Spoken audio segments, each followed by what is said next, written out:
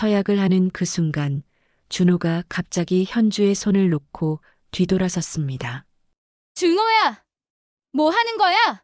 현주가 절규했지만 준호는 뒤에 서 있던 은지의 손을 잡고 계단에서 뛰어내렸어요. 은지는 뒤돌아보며 현주에게 씩 웃어 보였습니다. 하객들은 휴대폰을 꺼내 촬영하며 신랑이 들러리랑 도망쳤다 고 소리쳤어요.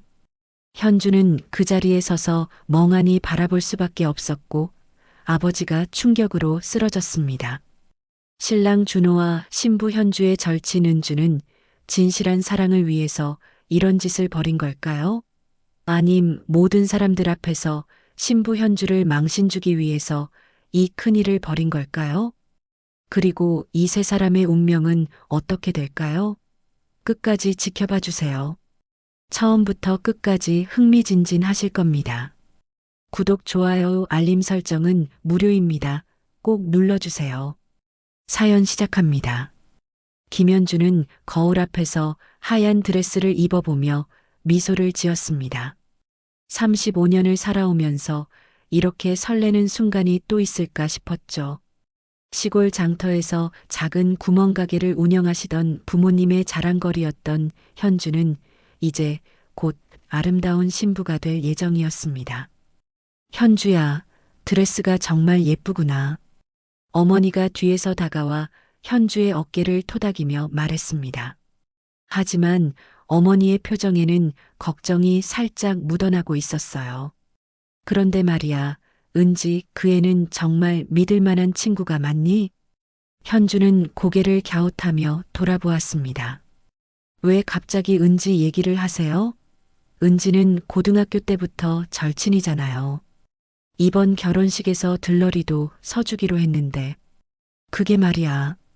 어머니는 말을 잇기를 망설이다가 한숨을 쉬었습니다. 어머니 육감이 그래. 저 애는 내 친구가 아니라 내 원수 같아. 현주, 내가 가진 것들을 보는 눈빛이 어쩐지 탐스럽다고 해야 하나. 고등학교 때부터 그랬어. 현주는 어머니의 말이 이해되지 않았습니다. 은지는 자신과 함께 웃고 울며 지낸 소중한 친구였거든요. 대학도 같이 가고 취업 준비도 함께하고 연애 상담도 나누던 사이였는데 어머니가 왜 이런 말씀을 하시는지 모르겠었어요. 엄마, 너무 걱정하지 마세요. 은지는 제가 잘 아는 애예요. 그때 현관문이 열리며 은지가 들어왔습니다. 현주야, 안녕. 은지는 밝게 웃으며 인사했지만 현주가 입고 있는 드레스를 보는 순간 표정이 미묘하게 변했어요. 눈빛이 차갑게 가라앉더니 입꼬리가 살짝 올라갔습니다. 와, 드레스 진짜 예쁘다. 얼마에 했어? 은지가 드레스 자락을 만지며 물었습니다. 150만 원 정도 했어. 준호 오빠가 사줬어. 현주가 수줍게 대답했습니다.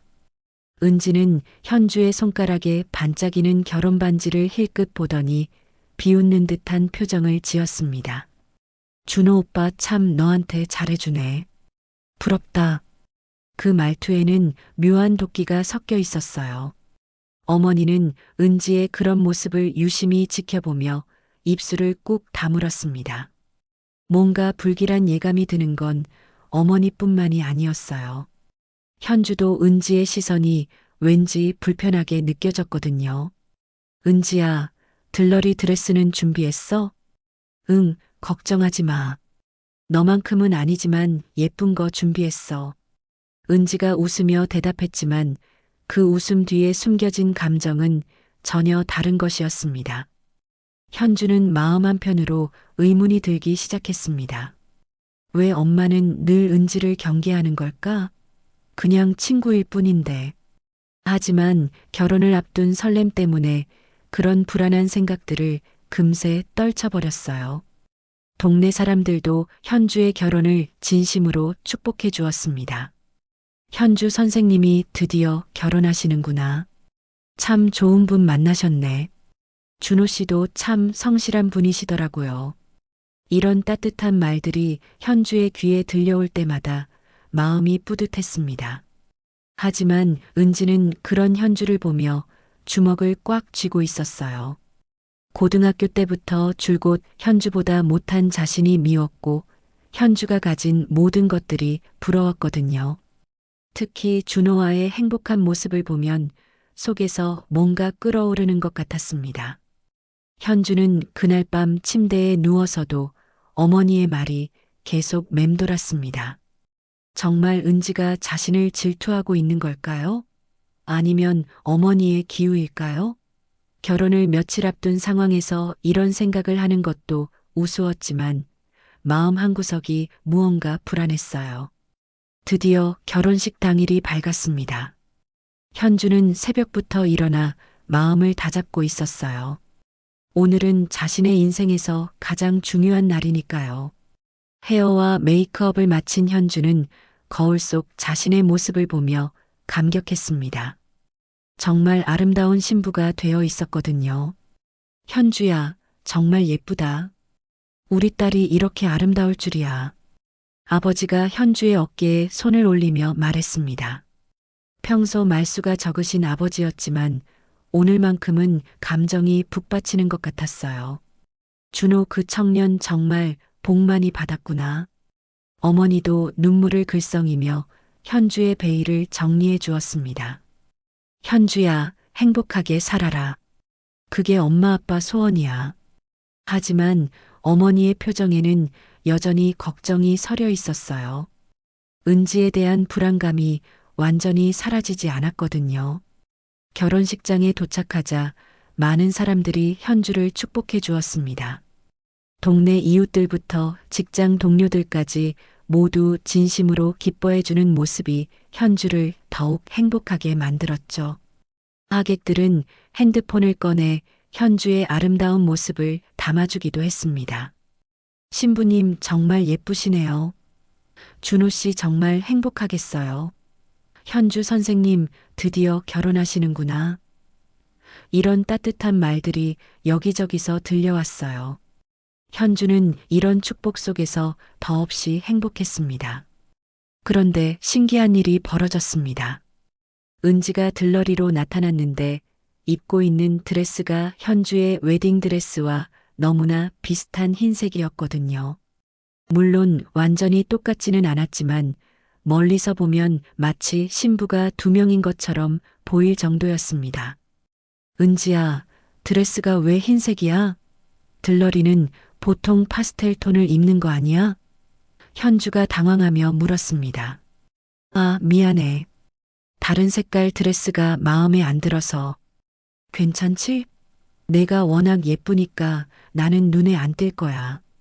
은지가 환하게 웃으며 대답했지만 그 미소 뒤에는 뭔가 계산된 것 같은 느낌이 있었어요. 현주는 마음이 불편했지만 결혼식을 앞둔 상황에서 시비를 걸 수는 없었습니다. 하객들도 은지의 흰 드레스를 보며 수군거렸지만 현주는 그냥 넘어가기로 했죠. 결혼식이 시작되었습니다. 웅장한 음악이 울려 퍼지고 현주는 아버지 팔을 끼고 버질로드를 걸어갔어요. 하객들의 박수 소리와 축하 인사가 들려오는 가운데 현주는 제단 앞에 서 있는 준호를 바라보며 미소 지었습니다. 그런데 이상했어요. 준호의 표정이 왠지 어둡고 불안해 보였거든요. 평소 밝고 자신감 넘치던 모습과는 전혀 달랐습니다. 손도 계속 떨리고 있었고 시계를 자꾸 들여다보는 모습이 이상했어요. 현주는 준호가 긴장해서 그런가 보다 생각했지만 뭔가 석연치 않은 기분이 들었습니다. 주례사가 진행되고 서약을 하는 순간이 다가왔습니다. 신랑 정준호 씨, 신부 김현주 씨를 평생 사랑하고 아끼며 지키시겠습니까? 그 순간이었습니다. 준호가 갑자기 현주의 손을 놓더니 뒤돌아서 은지에게 다가갔어요. 그리고 믿을 수 없는 일이 벌어졌습니다. 준호가 은지의 손을 잡고 제단에서 뛰어내린 거예요. 준호야, 뭐 하는 거야? 현주가 소리쳤지만 준호와 은지는 이미 결혼식장 출구를 향해 달려가고 있었습니다. 은지는 뒤돌아보며 현주에게 씩 웃어 보였어요. 그 순간 현주는 깨달았습니다. 이 모든 게 계획된 일이었다는 걸요. 결혼식장은 순식간에 아수라장이 되었어요. 하객들은 무슨 일인지 이해하지 못한 채 웅성거렸고 곧이어 휴대폰을 꺼내 이 충격적인 장면을 촬영하기 시작했습니다. 어머, 이게 무슨 일이야? 신랑이 들러리랑 도망쳤다고? 믿을 수 없어. 야, 이거 진짜 찍히고 있는 거야? 하객들의 휴대폰 카메라는 현주의 참혹한 모습을 가차없이 담아내고 있었습니다. 어떤 사람은 실시간 방송까지 켜고 있었어요.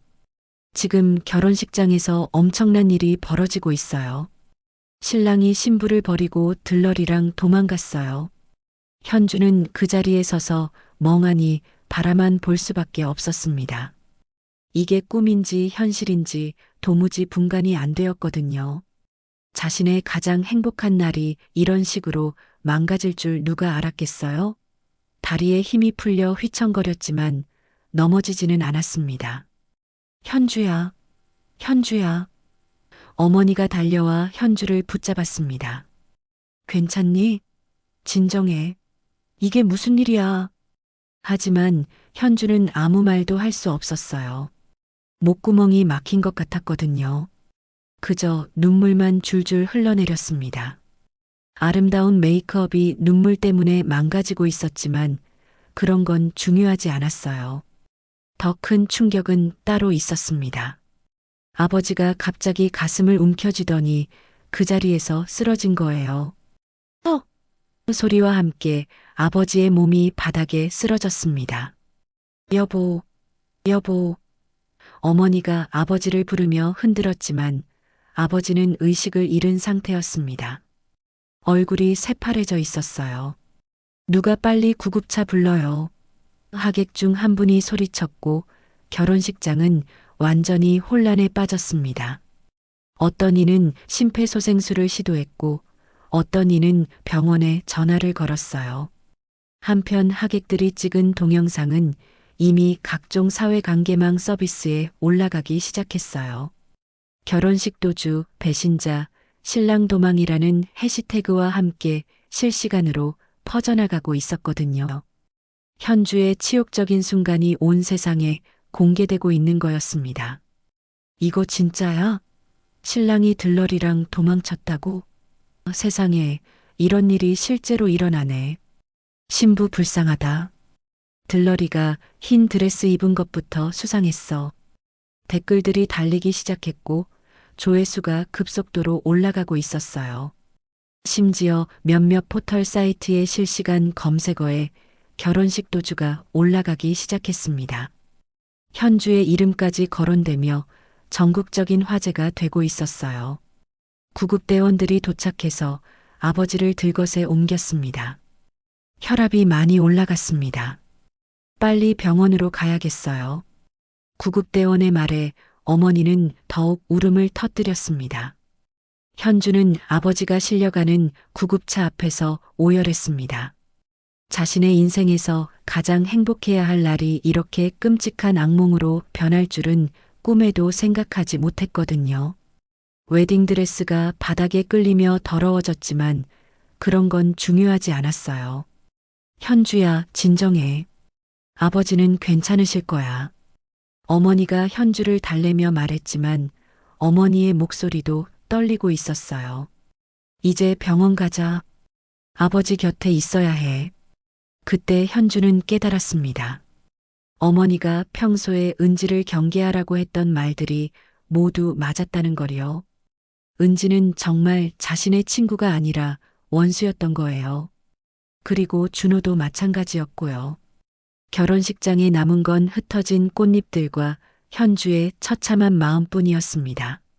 하객들은 여전히 휴대폰으로 이 모든 상황을 촬영하고 있었고 현주의 인생 최악의 순간이 인터넷 어딘가에서 영원히 보관되고 있었습니다. 병원 응급실은 차가운 소독약 냄새로 가득했습니다. 현주는 웨딩드레스를 입은 채로 아버지의 병상 옆에 앉아 있었어요. 하얀 드레스는 이미 눈물과 먼지로 더럽혀져 있었지만 그런 건 중요하지 않았습니다. 의사는 심각한 표정으로 진단 결과를 설명했어요. 환자분이 급성 뇌경색으로 쓰러지셨습니다. 즉, 중풍이에요. 극심한 스트레스가 원인으로 보이는데 앞으로 재활 치료가 필요할 것 같습니다. 오른쪽 팔다리에 마비 증세가 있어서 당분간은 거동이 매우 불편하실 겁니다. 의사의 말에 어머니는 주저앉아 버렸어요. 그럼 아버지가 다시 걸을 수 있을까요? 말씀도 다시 하실 수 있나요? 현주가 떨리는 목소리로 물었습니다. 지금으로서는 단정할 수 없습니다. 언어 중추에도 손상이 있어서 말하는 것도 힘드실 거예요. 가족들의 간병이 절대적으로 필요한 상황입니다. 병원비도 만만치 않을 텐데 미리 준비하시는 게 좋겠어요. 현주는 눈앞이 캄캄해졌습니다. 아버지의 병원비는 물론이고 앞으로 재활 치료비까지 감당해야 하는 상황이 되었거든요. 집중치료실 입원비만 해도 하루에 수십만 원씩 나가는 상황이었어요. 그런데 더 큰 충격이 기다리고 있었습니다. 집으로 돌아온 현주는 준호에게서 온 메시지를 확인했어요. 미안해, 현주야. 나는 은지를 사랑해. 우리 행복하게 살게. 내가 준 사랑도 고마웠어. 그 뻔뻔한 메시지를 보는 순간 현주는 휴대폰을 바닥에 내던져 버렸습니다. 하지만 진짜 절망은 그 다음에 찾아왔어요. 은행에서 전화가 온 거였습니다. 고객님, 정준호 씨가 공동 명의로 되어 있던 계좌에서 전액 인출이 되었는데 혹시 아시나요? 어제 오후 3시경에 3천만 원이 모두 출금되었거든요. 현주는 급하게 은행으로 달려갔습니다. 확인해 보니 결혼 자금으로 모아둔 3천만 원이 정말 모두 사라져 있었어요. 준호가 결혼식 전날 밤에 모든 돈을 인출한 것이었습니다. 현주가 10년 동안 모은 돈과 부모님이 어렵게 마련해 주신 돈까지 모두 포함된 금액이었거든요. 이럴 수가. 어떻게 이런 일이.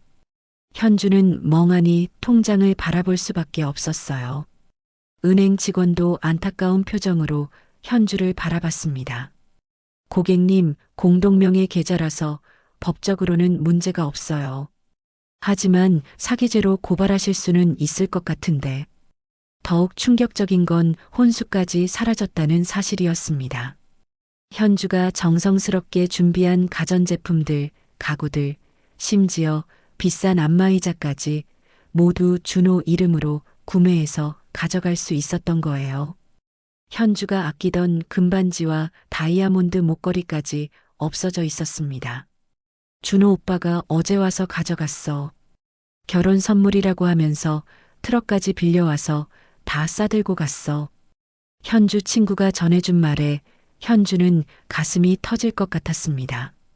준호와 은지는 이미 모든 걸 계획하고 있었던 거였어요. 결혼식 비용도 문제였습니다. 식장비, 음식비, 화환비, 사진비, 영상비까지 모두 현주 가족이 떠안게 되었거든요. 총 2,500만 원이 넘는 금액이었습니다. 준호 측에서 내기로 한 절반의 돈은 한 푼도 받을 수 없게 되었어요. 현주야, 우리가 어떻게 이 돈을 다 갚지? 가게 매출로는 한 달에 200만 원 벌기도 힘든데. 어머니가 눈물을 흘리며 말했습니다. 구멍가게 수입으로는 감당할 수 없는 금액이었거든요. 설상가상으로 준호와 은지가 해외로 도망쳤다는 소식까지 들려왔습니다. 준호 친구가 전해준 말로는 동남아시아 어딘가로 떠났다고 했어요. 현주야, 준호랑 은지가 태국으로 갔다더라. 둘이 결혼까지 했다던데. 인스타그램에 신혼여행 사진 올리고 있어. 친구의 말에 현주는 더 이상 눈물도 나오지 않았습니다. 배신감과 분노가 온몸을 휩쓸었거든요. 친구가 보여준 은지의 사회관계망 서비스를 보니 더욱 화가 났어요. 은지는 태국 해변에서 준호와 함께 찍은 사진들을 올리며 행복해하고 있었거든요. 현주의 돈으로 신혼여행을 즐기고 있는 거였어요. 현주는 어쩔 수 없이 교사 생활을 휴직해야 했습니다. 아버지 간병과 어머니 도움이 절실했기 때문이에요.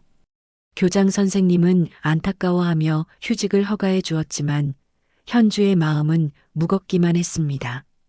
현주 선생님, 힘내세요. 언젠가는 다 좋아질 거예요. 학교에서도 도울 방법을 찾아보겠습니다. 동료 교사들의 위로도 현주에게는 공허하게 들렸어요. 월급이 끊기면 생활비조차 마련하기 힘든 상황이었거든요. 동네 사람들의 시선도 견디기 힘들었습니다. 현주가 지나가면 사람들은 수군거렸어요. 저기 가는 게 현주 씨야. 결혼식에서 신랑한테 차인. 선생님이 그렇게 당할 줄 누가 알았어. 은지라는 애가 원래 그런 애였나 봐. 어릴 때부터 좀 이상하더라니까. 아버지까지 쓰러지시고 정말 못됐다. 이런 말들이 현주의 귀에 들어올 때마다 가슴이 찢어지는 것 같았어요. 평생 모범적으로 살아온 현주였는데 하루아침에 동네의 화제거리가 되어버린 거예요. 더군다나 인터넷에서는 현주의 결혼식 동영상이 계속 돌아다니고 있었습니다. 조회수가 100만 뷰를 넘어가며 전국적으로 유명해졌어요. 댓글들을 보면 현주를 동정하는 목소리도 있었지만 악의적인 댓글들도 많았습니다. 신부가 뭔가 부족해서 신랑이 도망간 거 아닐까? 들러리가 더 예뻤나 보네. 그래서 흰 드레스 입었나? 요즘 남자들은 믿을 게 못 된다. 여자도 마찬가지야. 친구 남친 뺏는 게 어디 있어? 심지어 현주의 개인정보까지 인터넷에 퍼지기 시작했어요. 어느 학교에서 가르치는지, 집 주소는 어딘지까지 알려져서 현주는 외출하기도 무서웠습니다. 현주는 인터넷을 아예 끊어버리고 싶었지만 아버지 병원 일정이나 각종 연락을 위해서는 휴대폰을 써야 했어요. 그럴 때마다 자신과 관련된 글들을 보게 되어 더욱 괴로웠습니다. 한 달이 지나도 상황은 나아지지 않았습니다. 아버지는 여전히 침대에서 일어나지 못하셨고 말도 어눌하게 하시는 상태였어요. 이런 소리밖에 내지 못하시는 아버지를 보면 현주는 가슴이 미어졌습니다. 재활 치료를 받으러 병원에 갈 때마다 현주의 마음은 무거워졌어요. 재활 치료비만 해도 한 달에 200만 원이 넘게 나왔거든요. 어머니는 날이 갈수록 야위어 갔습니다. 하루 종일 아버지를 돌보며 구멍가게까지 운영해야 했거든요. 구멍가게 손님들도 예전만큼 오지 않았어요. 현준의 집안일이 워낙 화제가 되어서 사람들이 불편해했던 것 같았습니다. 현준의 가게 가기 좀 그래. 괜히 민망하잖아. 이런 말들이 들려왔어요. 엄마, 제가 도와드릴게요. 가게 일도 같이 해요. 현주가 말했지만 어머니는 고개를 저었어요. 현주야, 너는 아버지 간병이나 잘해라. 가게 일은 엄마가 할게. 너까지 나서면 사람들이 더 쳐다볼 거야. 어머니의 목소리에는 깊은 피로와 체념이 묻어 있었습니다. 현주는 밤마다 잠들지 못했습니다. 아버지의 컨디션을 수시로 확인해야 했고 무엇보다 마음이 너무 아팠거든요. 천장을 바라보며 온갖 생각이 머릿속을 맴돌았어요. 빚은 어떻게 갚을지, 아버지는 언제쯤 나아지실지, 앞으로 어떻게 살아가야 할지. 나한테 남은 건 치욕과 눈물뿐이구나. 현주는 이런 생각을 하며 베개를 적셨습니다. 한때는 행복한 미래를 꿈꿨는데 이제는 내일이 무서웠거든요. 하지만 울어도 상황은 변하지 않았어요. 현실은 냉혹했고 현주는 그 현실 속에서 하루하루를 버텨나가야 했습니다. 2달이 지난 어느 날 현주에게 충격적인 소식이 전해졌습니다. 동네 미용실에서 머리를 하고 있던 어머니가 집에 와서 말한 거예요.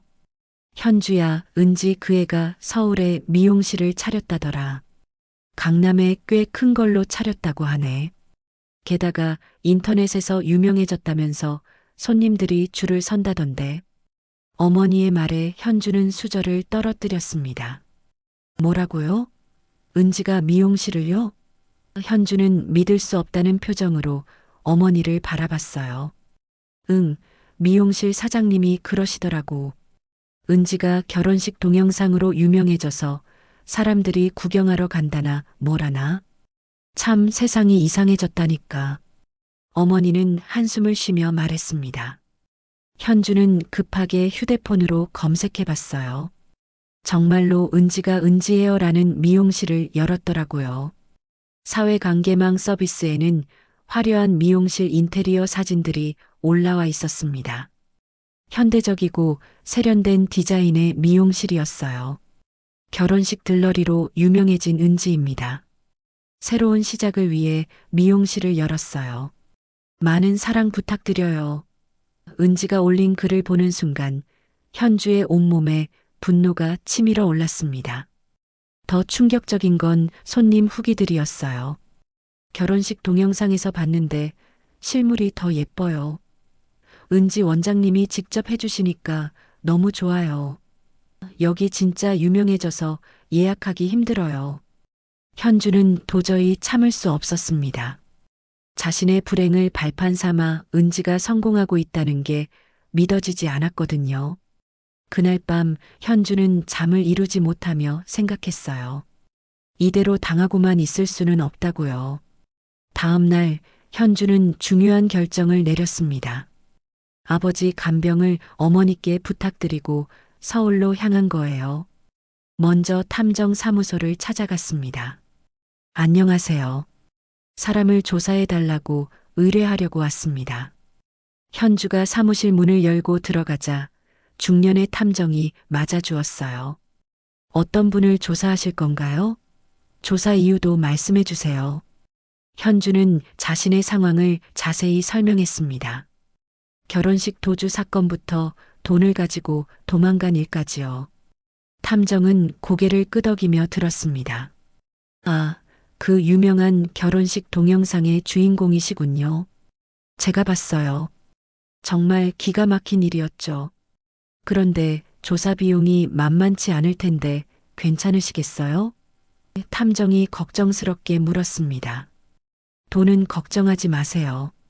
어떻게든 마련하겠습니다. 은지와 준호의 모든 것을 파헤쳐 주세요. 특히 해외에서 뭘 했는지, 어떻게 돈을 벌었는지 알고 싶어요. 현주는 어머니 몰래 가지고 있던 적금을 해약해서 탐정비를 지불했습니다.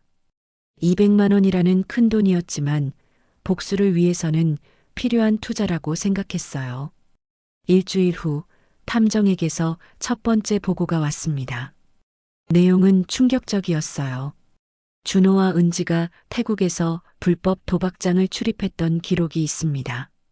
그리고 현지에서 가짜 결혼 증명서를 만들어서 한국 영사관에 혼인 신고를 한 정황도 발견했어요. 더 놀라운 건 은지가 태국에서 성형수술을 받았다는 거예요.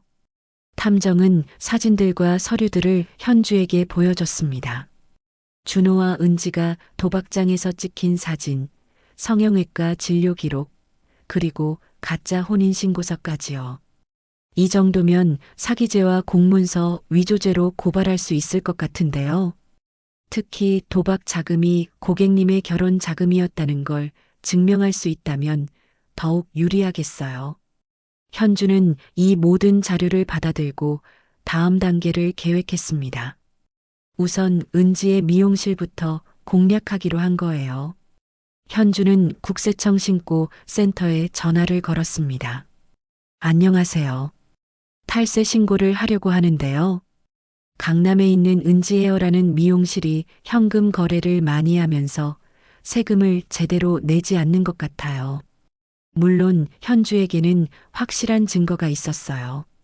탐정이 조사한 바에 따르면 은지가 손님들에게 현금 할인을 해주며 세금 신고를 제대로 하지 않고 있었거든요. 며칠 후 세무서에서 은지헤어의 세무조사가 나갔습니다. 현주는 멀리서 그 모습을 지켜봤어요. 세무 공무원들이 미용실에 들어가자 은지는 당황한 기색이 역력했습니다. 이게 무슨 일이에요? 저희가 뭘 잘못했다고. 은지가 어쩔 줄 몰라 하는 모습을 보며 현주는 속으로 쾌감을 느꼈어요. 세무조사 결과는 생각보다 심각했습니다. 은지가 개업 신고도 제대로 하지 않았고 매출 신고도 절반밖에 하지 않았던 거예요. 추가로 내야 할 세금이 800만 원이 넘었습니다. 은지는 이 일로 완전히 멘탈이 나가버렸어요. 사회관계망 서비스에 하소연 글을 올리기 시작한 거였습니다. 누군가 저를 악의적으로 신고한 것 같아요. 저는 성실하게 사업하고 있는데 이런 일을 당하다니 정말 억울합니다. 은지의 글에는 눈물 흘리는 이모티콘들이 가득했어요. 하지만 사람들의 반응은 차가웠습니다. 세금은 당연히 내야죠. 결혼식 도주로 유명해진 분이 뭔 소리를 하시나요? 피해자 코스프레 그만하세요. 이런 댓글들이 달렸어요. 은지의 상황은 더욱 악화되었습니다. 세무조사 소식이 퍼지면서 손님들이 발길을 끊기 시작한 거예요. 세금도 제대로 안 내는 곳에 왜 가? 이런 말들이 돌았거든요. 급기야 은지는 지역 방송국 시사 프로그램에 출연까지 했습니다. 억울한 사업자 특집에 나온 거였어요. 저는 정말 성실하게 사업하고 있었어요. 그런데 누군가 저를 질투해서 이런 일을 벌인 것 같아요. 제가 결혼식 사건으로 유명해지긴 했지만 그게 제 잘못은 아니잖아요. 은지가 방송에서 울면서 말하는 모습이 나왔어요. 하지만 현주는 그 방송을 보며 차갑게 웃었습니다. 은지가 아무리 피해자인 척해도 사실은 모두 드러날 거라고 확신했거든요. 현주는 더 나아가 준호의 직장에도 제보를 했어요. 준호가 회사 돈을 횡령해서 도박에 썼을 가능성이 있다는 정보를 흘린 거였습니다. 물론 이것도 탐정이 조사해서 확인한 사실이었어요. 준호의 회사에서는 즉시 내부 감사에 들어갔고 실제로 회계장부에서 의심스러운 부분들이 발견되었습니다. 준호는 해외에 있어서 조사에 응할 수 없는 상황이었지만 회사는 일단 준호를 해고 처리했어요. 현주의 복수는 점점 더 정교해져 갔습니다. 감정에 휩쓸려서 행동하는 게 아니라 철저히 계획을 세우고 실행하고 있었거든요. 매일 밤 현주는 다음 단계를 계획했어요. 은지야, 넌 내 인생을 망가뜨렸지만 나는 내 인생을 완전히 파괴해 줄 거야. 현주는 거울을 보며 중얼거렸습니다. 예전의 순수하고 착한 모습은 온데간데 없고 냉정하고 계산적인 모습으로 변해 있었어요. 탐정은 계속해서 새로운 정보들을 가져다 주었습니다. 은지와 준호가 태국에서 사기 행각을 벌였다는 증거, 현지 한국인들을 상대로 가짜 투자 상품을 팔았다는 증언들까지요. 현주는 이 모든 자료들을 정리하며 다음 공격을 준비했습니다. 이제 겨우 시작일 뿐이었어요. 은지와 준호가 자신에게 가한 고통을 100배로 돌려줄 계획이었거든요. 아버지의 병상에서 간병을 하면서도 현주의 머릿속은 복수 계획으로 가득했습니다. 더 이상 눈물 흘리며 당하고만 있지 않겠다고 다짐했어요. 이제는 현주가 게임의 주도권을 쥐고 있었습니다. 현주의 반격이 효과를 발휘하면서 은지와 준호의 상황은 급격히 악화되었습니다. 은지의 미용실은 세무조사 이후 손님이 절반 이하로 줄어들었고 준호는 회사에서 해고당한 후 한국으로 돌아올 수밖에 없었어요. 하지만 한국에 돌아온 준호를 기다리고 있던 건 경찰 수사와 회사의 손해배상 소송이었습니다. 탐정을 통해 이런 소식들을 들을 때마다 현주는 속이 시원했어요. 하지만 동시에 불안하기도 했습니다. 궁지에 몰린 쥐가 더 위험하다는 말이 있잖아요. 은지와 준호가 어떤 식으로 반격해 올지 모르는 상황이었거든요. 그런 현주의 우려는 현실이 되었습니다. 어느 날 저녁 현주가 아버지 간병을 마치고 집에 돌아오는데 현관문 앞에 낯익은 두 사람이 서 있었어요. 바로 은지와 준호였습니다. 현주야, 오랜만이다. 준호가 음산한 미소를 지으며 말했습니다. 예전에 밝고 다정했던 모습은 온데간데 없고 눈빛이 험악하게 변해 있었어요.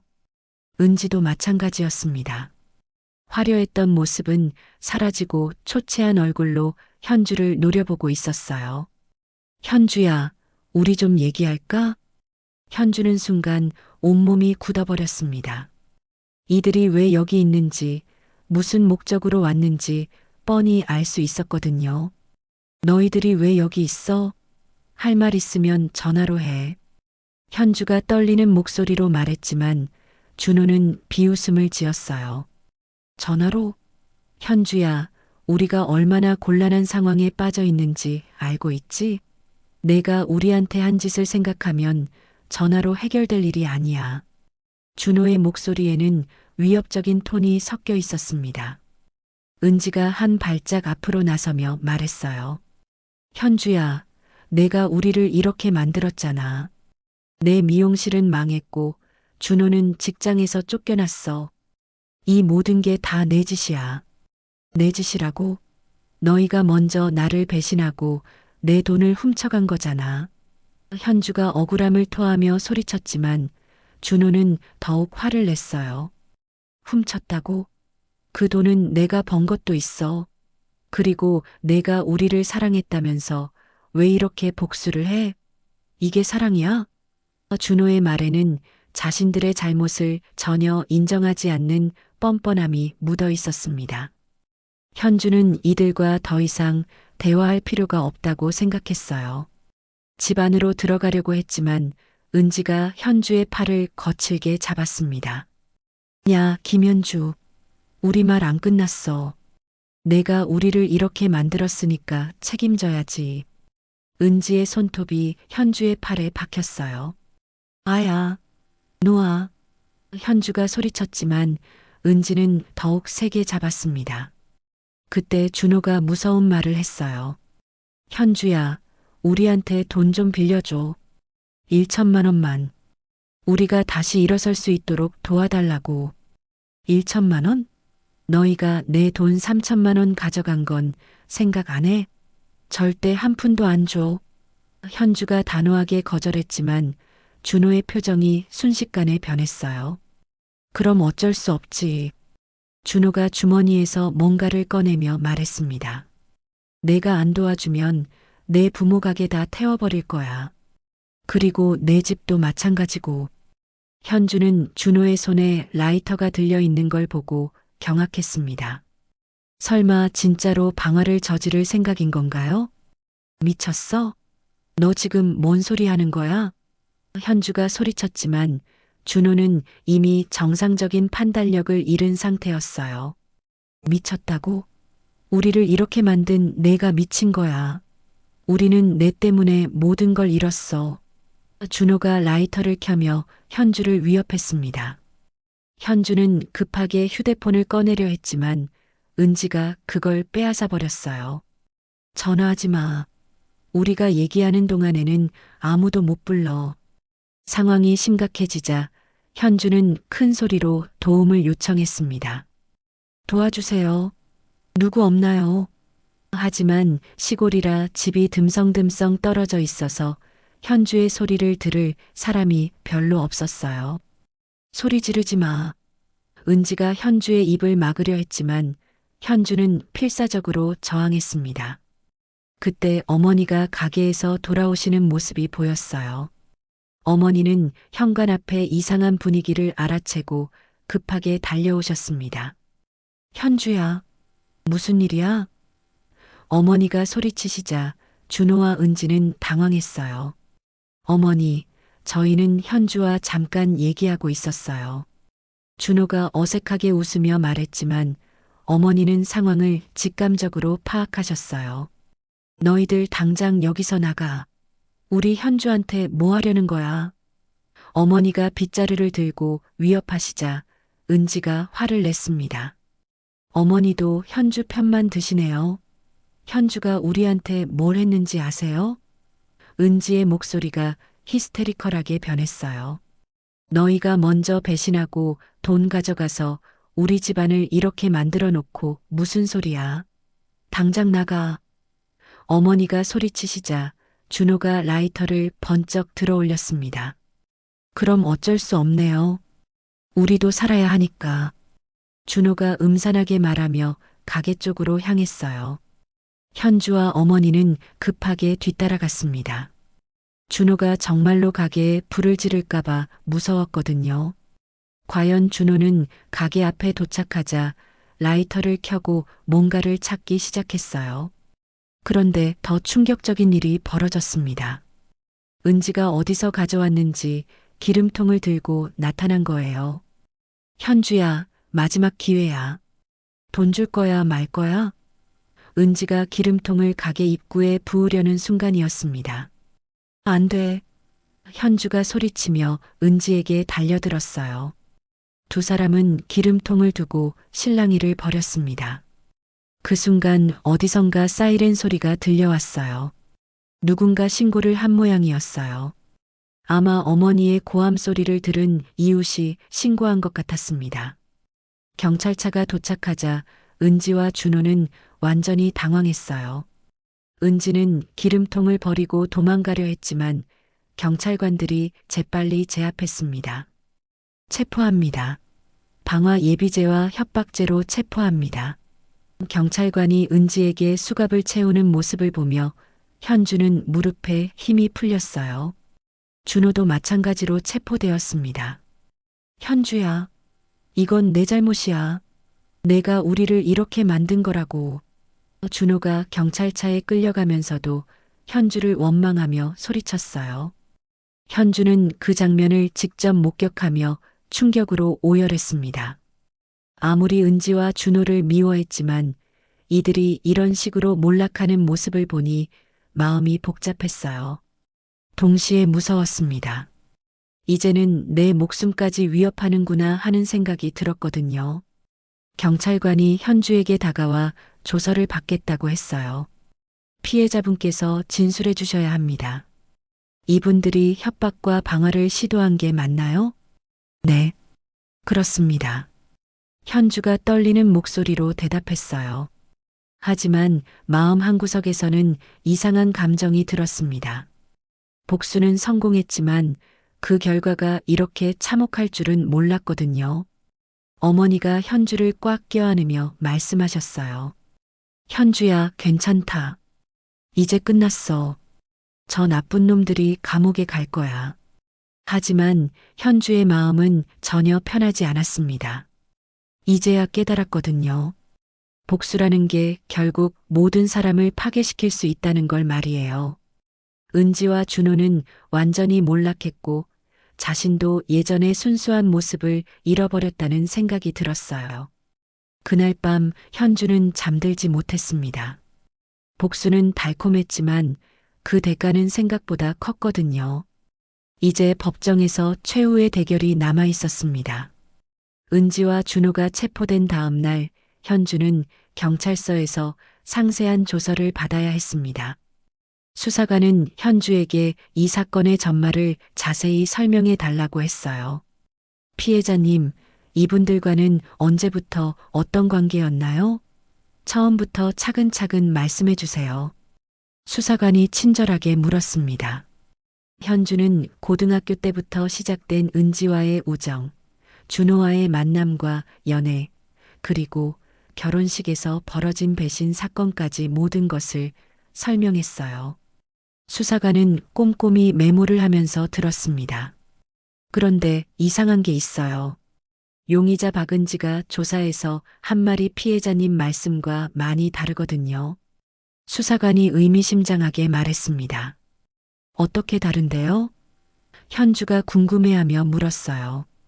박은지는 자신이 정준호를 먼저 좋아했는데 피해자님이 가로챘다고 주장하고 있어요. 그리고 평소에 피해자님이 자신을 질투하고 괴롭혔다고도 하고요. 현주는 어이가 없었습니다. 그게 무슨 말이에요? 제가 은지를 괴롭혔다고요? 말도 안 되는 소리예요. 저희도 그렇게 생각합니다. 그래서 좀 더 자세히 조사해 보겠어요. 혹시 피해자님과 용의자들 사이에 다른 사람들이 알고 있는 일들이 있을까요? 현주는 고등학교 동창들의 연락처를 제공했습니다. 진실을 밝히기 위해서는 객관적인 증언이 필요했거든요. 며칠 후 수사관에게서 놀라운 연락이 왔습니다. 피해자님, 저희가 조사하면서 충격적인 사실들을 발견했어요. 경찰서로 한번 오시겠어요? 현주는 급하게 경찰서로 향했습니다. 수사관은 두꺼운 파일을 펼쳐놓고 설명을 시작했어요. 피해자님, 박은지의 집을 수색하는 과정에서 이상한 물건들을 많이 발견했어요. 우선 이걸 보세요. 수사관이 낡은 일기장을 보여줬습니다. 현주는 그 일기장을 보는 순간 깜짝 놀랐어요. 이거 제 일기장이에요. 고등학교 때 잃어버렸다고 생각했는데. 맞습니다. 박은지가 고등학교 시절에 훔친 거예요. 그리고 이 일기를 보면서 피해자님의 모든 것을 연구했던 것 같아요. 여기 보세요. 수사관이 일기장의 특정 페이지를 가리켰습니다. 일기장 곳곳에는 은지가 쓴 것으로 보이는 메모들이 있었어요. 현주가 좋아하는 남자 타입, 현주가 자주 가는 장소, 현주의 취미와 관심사 같은 것들이 빼곡히 적혀 있었습니다. 더 충격적인 건 이거예요. 수사관이 또 다른 증거를 보여줬습니다. 은지의 휴대폰에서 발견된 사진들이었어요. 현주의 집 앞, 현주가 다니는 길, 현주가 자주 가는 카페 등 현주의 일상을 몰래 촬영한 사진들이 수백 장이나 저장되어 있었던 거예요. 이건 스토킹이잖아요. 현주가 경악하며 말했습니다. 그렇습니다. 그런데 더 놀라운 게 있어요. 이 사진들을 보면 날짜가 최근 몇 년간 지속적으로 찍힌 거거든요. 박은지가 피해자님을 계속 감시하고 있었다는 뜻이에요. 수사관은 계속해서 증거들을 보여줬습니다. 은지의 방에서 발견된 현주 관련 물품들이었어요. 현주와 똑같은 옷, 똑같은 가방, 심지어 똑같은 향수까지 있었다고 했습니다. 박은지는 피해자님을 완전히 모방하려고 했던 것 같아요. 옷 스타일부터 말투, 심지어 걸음걸이까지 연습한 흔적이 있어요. 그때 다른 수사관이 들어와서 추가 정보를 알려줬습니다. 피해자님, 고등학교 동창들 조사 결과가 나왔어요. 정말 충격적인 증언들이 나왔습니다. 어떤 증언들인데요?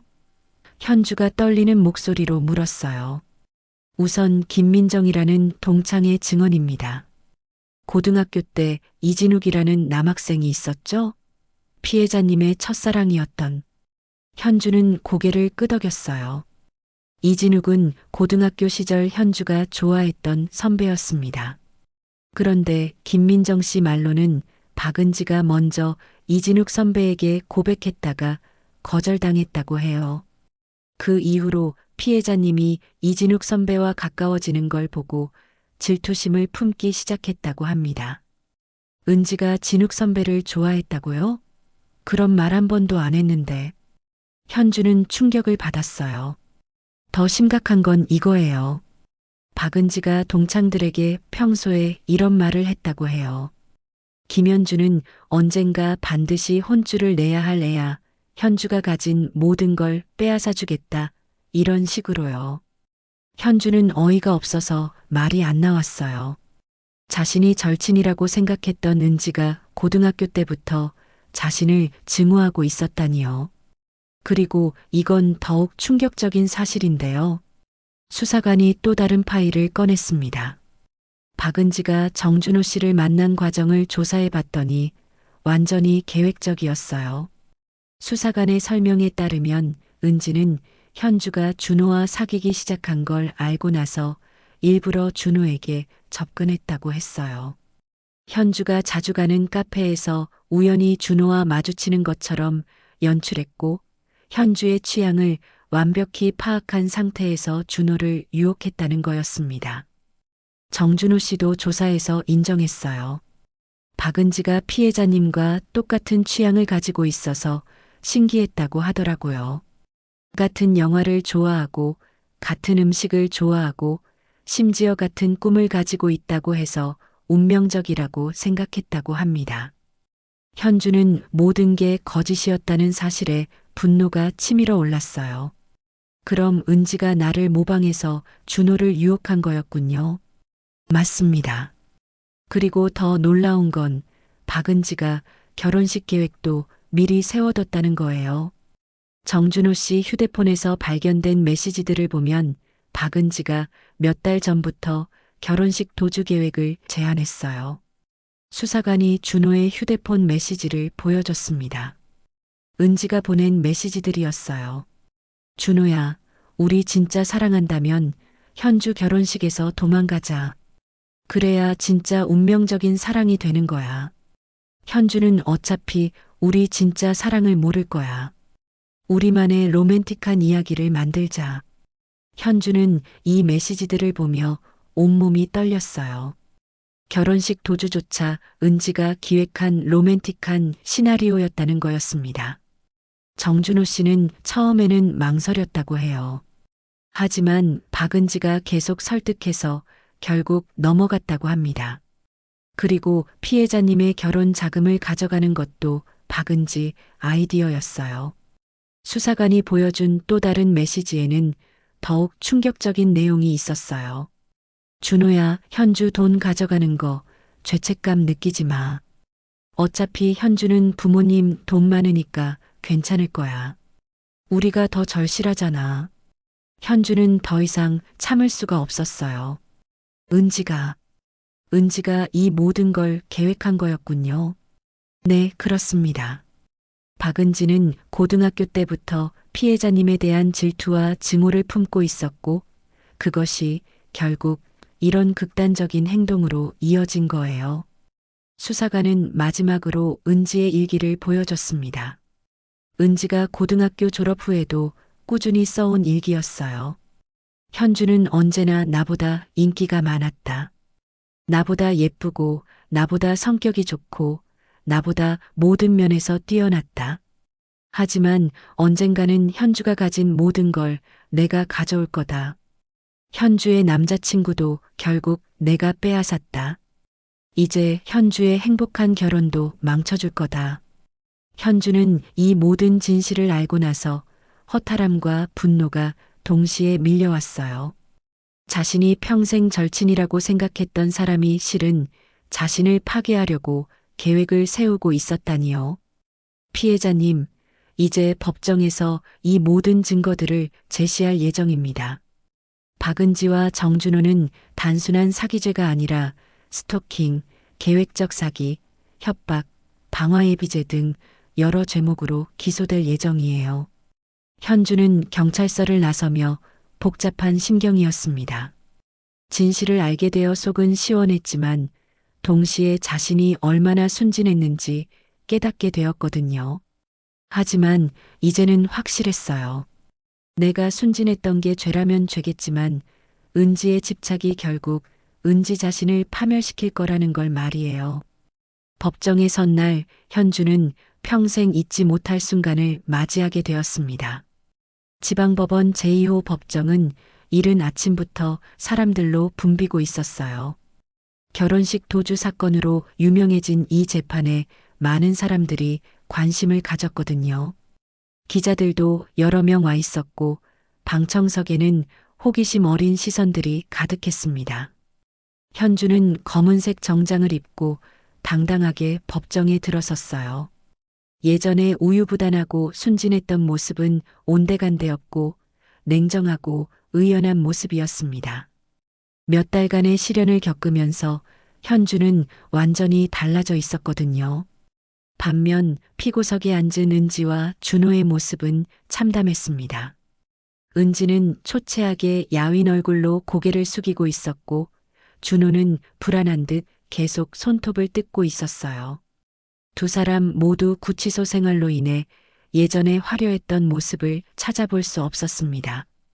모두 일어서십시오. 법원 직원의 안내에 따라 모든 사람이 일어섰고 김영우 판사가 입장했습니다. 중년의 엄숙한 표정을 한 판사는 자리에 앉자마자 사건 개요를 정리하기 시작했어요.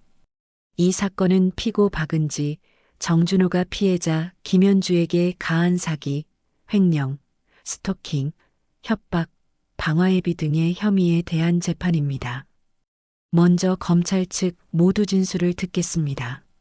검사가 일어서서 이 사건의 전말을 설명했습니다. 이 사건은 단순한 연인 간의 갈등이 아닙니다. 피고 박은지가 10여 년간 피해자를 스토킹하며 계획적으로 피해자의 인생을 파괴하려 한 극악무도한 범죄입니다. 검사는 하나하나 증거를 제시해 나갔어요. 은지가 훔친 현주의 일기장, 몰래 촬영한 사진들, 그리고 준호를 유혹하기 위해 현주를 모방한 흔적들까지요. 피고 박은지는 고등학교 시절부터 피해자에 대한 질투와 증오를 품고 피해자의 모든 것을 빼앗으려는 계획을 세웠습니다. 그리고 피고 정준호를 이용해 그 계획을 실행에 옮겼습니다. 은지의 변호사가 일어서서 반박했습니다. 피고 박은지의 행위는 사랑에서 비롯된 것입니다. 정준호 씨를 진심으로 사랑했기 때문에 벌어진 일이지 계획적인 범죄가 아닙니다. 하지만 판사는 냉정했습니다. 변호인의 주장을 들어보겠지만 증거들을 보면 이것이 단순한 사랑의 문제라고 보기는 어렵습니다. 피고 박은지, 직접 진술해 보십시오. 은지가 떨리는 목소리로 일어났어요. 저는 정말로 준호를 사랑했어요. 현주를 해치려던 게 아니라 그냥 사랑하는 사람과 함께 있고 싶었을 뿐이에요. 하지만 검사가 바로 반박했습니다. 그럼 피고인이 쓴 이 일기는 뭡니까? 현주의 행복한 결혼도 망쳐줄 거다라고 명시되어 있는데요. 은지는 할 말을 잃고 입을 다물었어요. 그때 준호가 갑자기 소리쳤습니다. 판사님, 저는 속았어요. 박은지가 저를 이용한 거예요. 준호의 목소리는 절망에 찼습니다. 법정이 술렁거리기 시작했어요. 준호가 예상치 못한 폭로를 시작한 거였습니다. 박은지가 처음에 저에게 접근할 때 현주와 똑같은 취향을 가지고 있다고 해서 신기했어요. 그런데 나중에 알고 보니 모든 게 거짓이었어요. 현주 일기를 훔쳐서 미리 공부한 거였다고요. 은지는 당황해서 준호를 노려봤습니다. 준호야, 무슨 소리야? 우리가 진짜 사랑했잖아. 사랑이라고? 당신이 계속 말했잖아요. 현주한테서 돈을 가져가는 것도 당연하다고. 현주는 어차피 부모 돈이 많으니까 괜찮다고. 준호가 소리쳤어요. 법정은 완전히 아수라장이 되었습니다. 은지와 준호가 서로를 탓하며 진실을 폭로하기 시작한 거예요. 준호야, 내가 먼저 돈 얘기했잖아. 결혼 자금 3천만 원이 너무 아깝다고. 은지도 지지 않고 반박했습니다. 조용히 하십시오. 판사가 호통을 치며 법정을 정리시켰어요. 피고인들의 진술이 서로 다른 것 같은데 하나씩 차근차근 들어보겠습니다. 그때 현주가 발언권을 요청했습니다. 판사님, 피해자 진술을 하고 싶습니다. 현주는 침착하게 증인대에 올라섰어요. 그리고 마이크 앞에서 또박또박 말하기 시작했습니다. 저는 오늘 이 자리에서 진실을 말하고 싶습니다. 은지와 준호가 저에게 한 일들은 단순한 사랑의 문제가 아닙니다. 현주는 준비해온 자료들을 차례대로 제시했어요. 탐정이 조사한 해외 도박 기록, 가짜 혼인신고서, 그리고 무엇보다 은지의 스토킹 증거들까지요. 은지는 고등학교 때부터 저를 질투했습니다. 그리고 그 질투가 결국 이런 극단적인 범죄로 이어졌어요. 이건 사랑이 아니라 집착이고 범죄입니다. 현주의 목소리는 흔들림이 없었어요. 몇 달 전에 울면서 무너졌던 모습과는 완전히 달랐습니다. 준호도 마찬가지입니다. 저와의 3년간의 연애를 하루아침에 배신하고 제가 10년간 모은 돈을 가지고 도망갔어요. 그것도 결혼식 당일의 말이에요. 법정은 조용해졌어요. 현주의 차분하지만 강력한 증언에 모든 사람이 집중하고 있었거든요.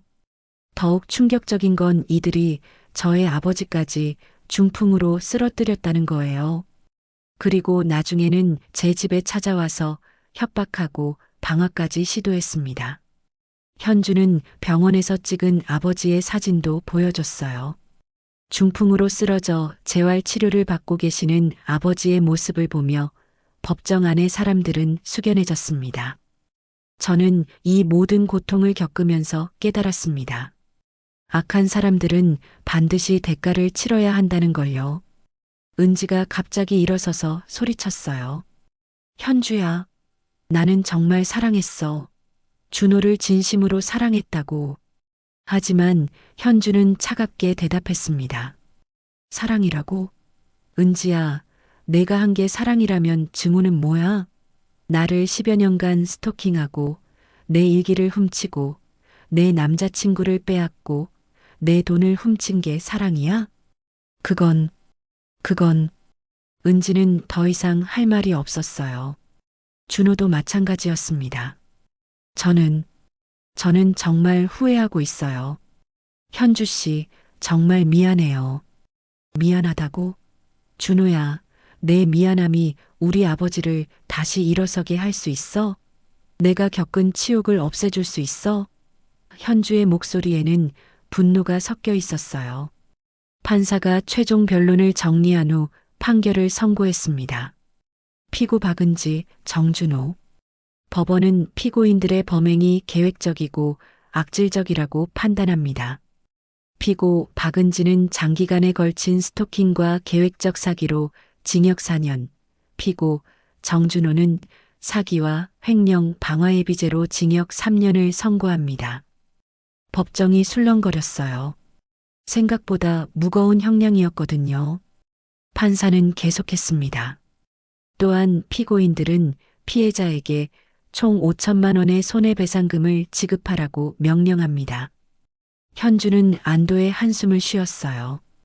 드디어 정의가 실현된 것 같았거든요. 법정을 나서는 길에 은지가 현주에게 소리쳤습니다. 김현주, 내가 날 망쳤어. 내가 복수해서 내 인생을 완전히 망가뜨렸어. 하지만 현주는 돌아보지도 않고 차분하게 대답했어요.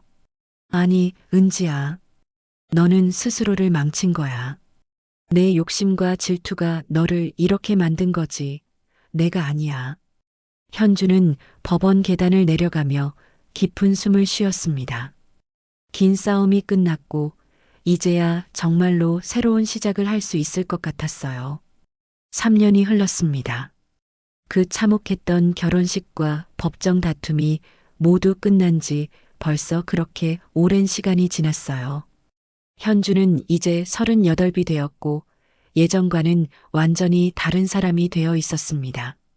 부모님의 작은 구멍가게가 있던 자리에는 이제 현주의 작은 도서관이라는 아담한 카페 겸 도서관이 들어서 있었어요. 현주가 직접 설계하고 꾸민 이 공간은 따뜻하고 포근한 느낌이 물씬 풍겼습니다. 한쪽 벽면에는 책들이 가득 꽂혀 있었고 다른 쪽에는 작은 카페 테이블들이 놓여 있었어요. 현주 선생님, 안녕하세요. 초등학생 아이들이 방과 후에 도서관으로 뛰어들어왔습니다. 현주는 환한 미소로 아이들을 맞았어요. 어서 와라, 민수야, 수빈아. 오늘은 어떤 책 읽을 거야? 현주가 다정하게 물었습니다. 선생님, 저는 오늘 모험소설 읽을래요. 민수가 신나게 대답했어요. 현주는 아이들에게 책을 권해주고 간식도 나누어 주었습니다. 손수 만든 쿠키와 따뜻한 우유를 마시며 아이들은 행복해했어요. 한편 카페 쪽에서는 동네 주민들이 담소를 나누고 있었습니다. 현주 씨 덕분에 우리 동네가 정말 활기차졌어요. 아이들이 이제 방과 후에 갈 곳이 있어서 좋아요. 현주는 이런 말들을 들을 때마다 뿌듯했어요. 자신의 아픈 경험이 결국 다른 사람들에게 도움이 되는 일로 승화되었다는 생각이 들었거든요. 도서관 한쪽 벽에는 특별한 액자가 걸려 있었습니다. 그 안에는 3년 전 결혼식장에서 찢어진 웨딩드레스의 작은 조각이 들어 있었어요. 하얀 레이스 조각은 이제 아픈 과거의 상징이 아니라 현주가 극복한 시련의 증표였습니다. 현주야, 점심 먹어라. 어머니가 도시락을 가져오시며 말했습니다. 어머니도 예전보다 훨씬 밝아진 모습이었어요. 엄마 고마워요. 아버지는 어떠세요? 현주가 물었습니다. 오늘도 재활 운동 열심히 하시더라고. 이제 지팡이 짚고 혼자서도 걸으실 수 있어서 정말 다행이야. 아버지는 중풍 이후 꾸준한 재활 치료 끝에 많이 회복되셨어요. 완전히 예전 같지는 않지만 일상생활은 혼자서 하실 수 있을 정도가 되었습니다. 더 중요한 건 현주의 새로운 사업을 보시며 매우 자랑스러워 하신다는 거였어요. 오후 시간이 되자 한 여성이 도서관을 찾아왔습니다. 현주와 비슷한 나이대의 여성이었는데 어딘가 지쳐 보이는 표정이었어요. 안녕하세요. 혹시 상담 같은 것도 가능한가요? 여성이 조심스럽게 물었습니다. 현주는 미소를 지으며 여성을 카페 테이블로 안내했어요. 물론이에요. 편하게 말씀해 보세요. 여성은 자신이 최근에 불륜을 당했다는 이야기를 털어놓았어요. 남편이 제 절친과 바람을 피웠어요. 저는 어떻게 해야 할지 모르겠어요. 현주는 여성의 이야기를 끝까지 들어주었습니다. 그리고 자신의 경험을 바탕으로 조심스럽게 조언했어요. 제가 겪은 일과 비슷하네요. 저도 결혼식 당일에 배신을 당했거든요. 현주가 자신의 이야기를 간단히 들려주자 여성은 놀라며 집중해서 들었습니다. 그런 일을 겪으셨는데도 이렇게 밝게 지내실 수 있나요? 여성이 신기하다는 듯이 물었어요. 처음에는 정말 힘들었어요.